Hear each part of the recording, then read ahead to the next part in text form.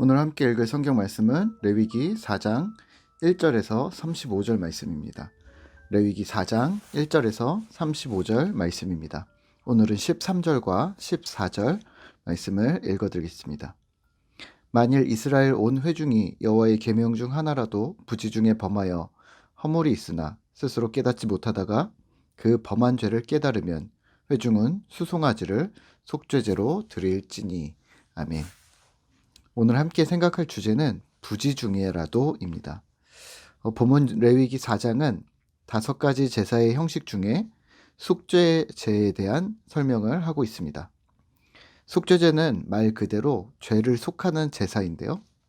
오늘 4장에서는 특별히 부지 중에 개인이 의도하지 않은 죄에 대해 드리는 제사를 설명하고 있습니다. 속죄제는 5장까지 이어지는데요.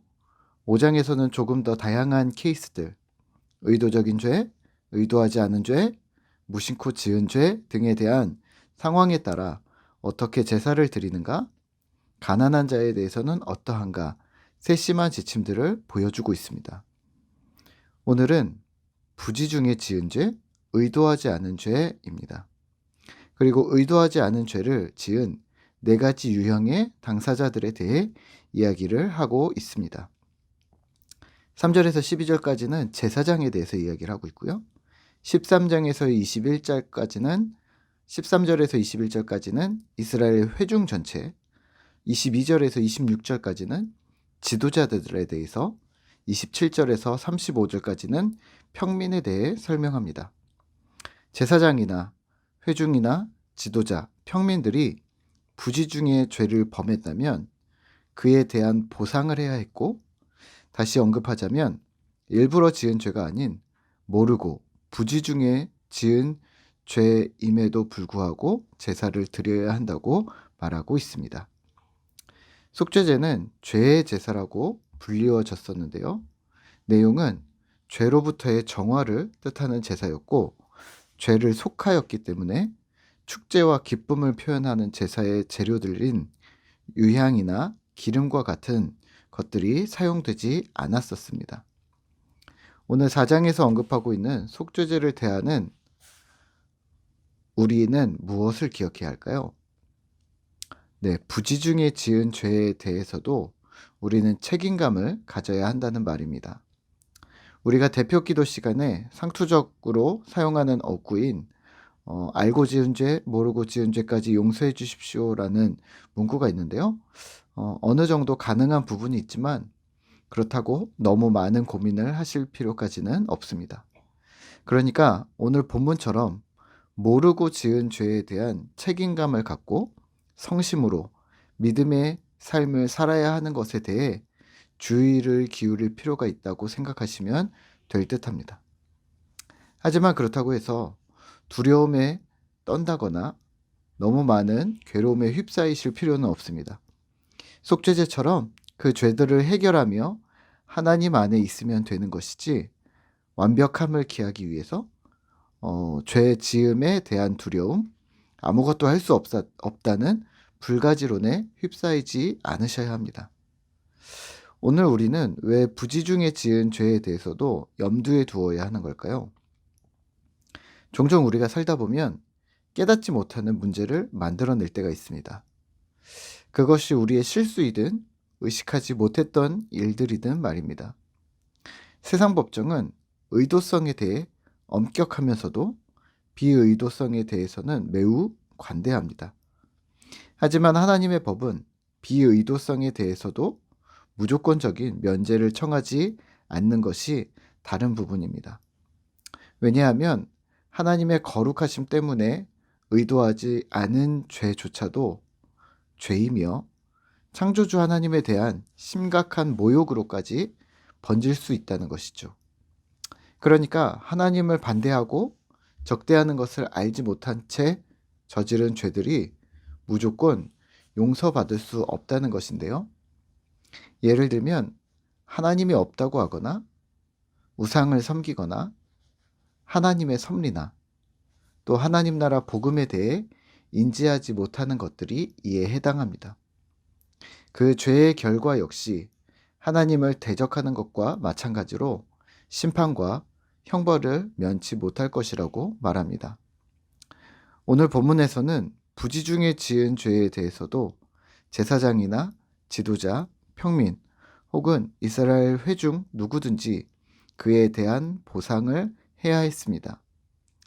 알려지지 않은 죄조차도 인간과 하나님 사이에 큰 간격을 만든다면 이 죄는 반드시 해결되어야 하는 것이었던 거죠.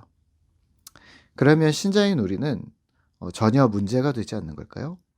네, 물론 아닙니다.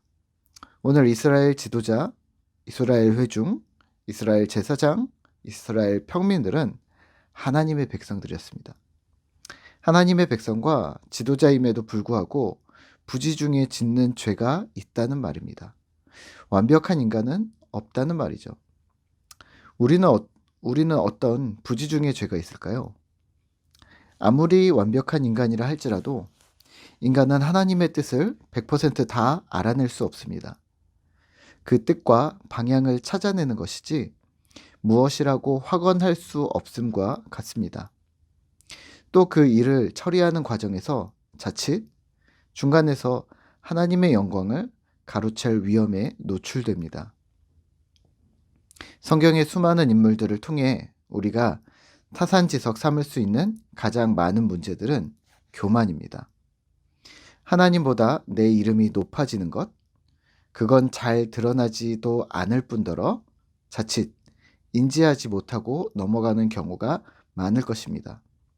그 부분에 대해 우리의 영적 민감성, 영적 감수성이 더 깊어져야 하는 부분이고요. 그렇다면 오늘 우리는 무엇을 해야 할까요? 네, 항상 기본기입니다. 하나님 앞에서 우리의 믿음의 수련을 꾸준히 해내는 것, 말씀과 기도라는 기본의 자리에서 스스로의 신앙을 성장시키고 스스로의 신앙과 태도를 점검하는 것입니다.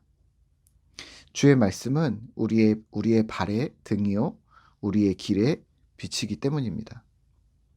시편 119편입니다. 청년이 무엇으로 그 행실을 깨끗게 하리요 주의 말씀을 따라 삼갈 것이니이다. 아멘. 하나님의 말씀이 일하게 하십시오.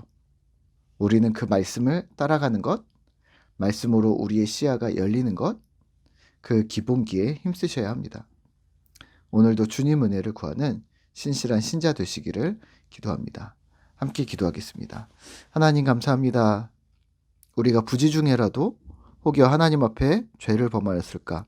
또 우리의 좁은 시야와 우리의 나태함이 하나님을 거역하거나 하나님을 거스르지 않았을까 염려됩니다. 하지만 사랑에 풍성하시고 은혜가 충만하신 아버지께서 우리를 옳은 길로 다시금 인도하시며 우리를 바른 길로 붙들어 주실 것을 우리가 믿어 의심치 아니합니다. 하나님, 오늘도 우리가 주님 앞에 기본기에 다시 힘쓰기를 결심합니다. 말씀에 천착하게 하시고 기도로 깊은 기도에 들어가며 주님과 더욱더 친밀한 가운데 들어가는 우리가 되어지도록 주님 도와주시고 말씀에 천착되어진 우리의 믿음이 깊은 기도로 들어가 주님과 친밀해진 우리의 기도가 하나님, 우리가 하나님의 뜻들을 계속해서 잘 발견해 나가며 하나님의 나라를 이 땅 가운데 이루어 나가는 귀한 일들에 함께할 수 있도록 주님 도와주시옵소서. 오늘도 주께서 우리를 붙들어 주시기를 소망합니다.